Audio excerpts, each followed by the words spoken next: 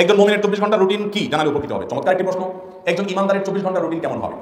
ইমানদার ভোরে ফজরের ওয়াক্ত হলে, আজান হলে ঘুম থেকে উঠে ওযু করে সুন্দর করে, পুরুষ হলে জামাতের সাথে গিয়ে, মহিলা হলে বাসায় নামাজ পড়বেন খুব ধীরস্থিরতার সাথে, সুন্দর সাথে।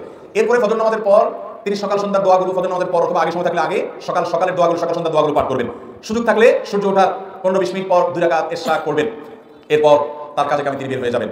সকালে ঘুমানোটা এটা আমাদের জন্য স্বাস্থ্যগত দিক থেকে উপকারী বিষয় নয়, আর কোরআন হাদিসে দৃষ্টিতে প্রশংসনীয় কোনো বিষয় নয়। এরপরে কাজে কামে বের হবেন আল্লাহর নামে, বের হয়ে হালাল উপার্জন করবেন। হারাম উপার্জন করবেন না, কান দ্বারা হারাম জিনিস শুনবেন না, চোখ দ্বারা হারাম জিনিস দেখবেন না, চোখের হেফাজত করে হালাল উপার্জন করে, জোর রক্ত হলে আজান দিলে মসজিদে এসে পুরুষরা, মহিলারা নিজ জায়গা থেকে সালাত আদায় করে নেবেন ফরজ। এরপরে 5 ওয়াক্ত নামাজ পরবর্তী দোয়া দুরুদগুলো পড়ে মসজিদ থেকে বের হয়ে যাবেন। আল্লাহ বলেছেন ওয়াইদা ফাইদা কুদিয়াতিস সালাহ ফান্তাশিরু ফিল আরদ, নামাজ শেষ হয়ে গেছে, জমিনে বাইরে পড়ো, ওয়াবতাগু মিন ফাদলিল্লাহ, আল্লাহর করুণা তালাশ করো।